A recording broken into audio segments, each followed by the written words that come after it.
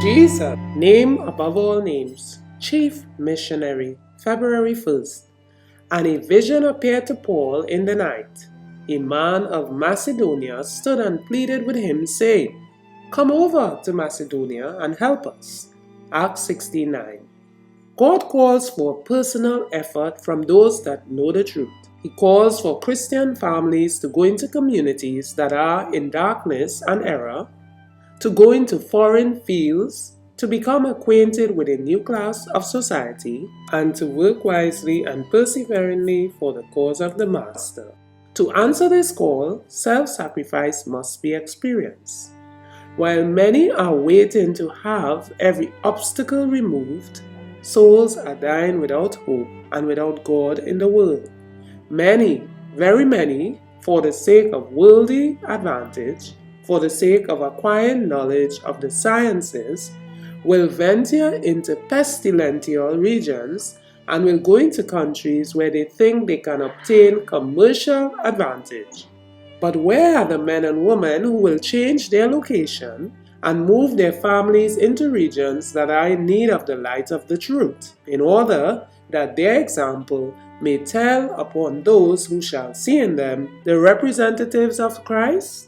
The Macedonian cry is coming from every quarter of the world, and people are saying, "Come over and help us."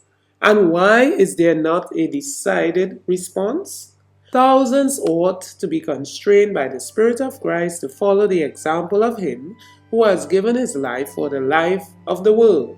Why decline to make decided, self-denying efforts in order to instruct those who know not the truth for this time?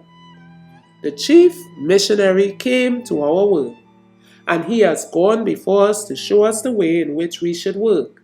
No one can mark out a precise line for those who would be witnesses for Christ.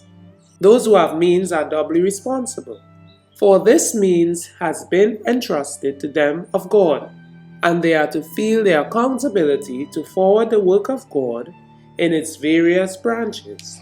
The fact that the truth binds souls by its golden links to the throne of God should inspire men and women to work with all their God-given energy to trade upon their Lord's goods in regions beyond, disseminating the knowledge of Christ far hence among the Gentiles.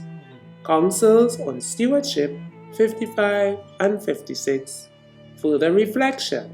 Is there anything preventing me from being a missionary in my community if I am unable to travel abroad for the cause of God? From Jesus, name above all names, page 40.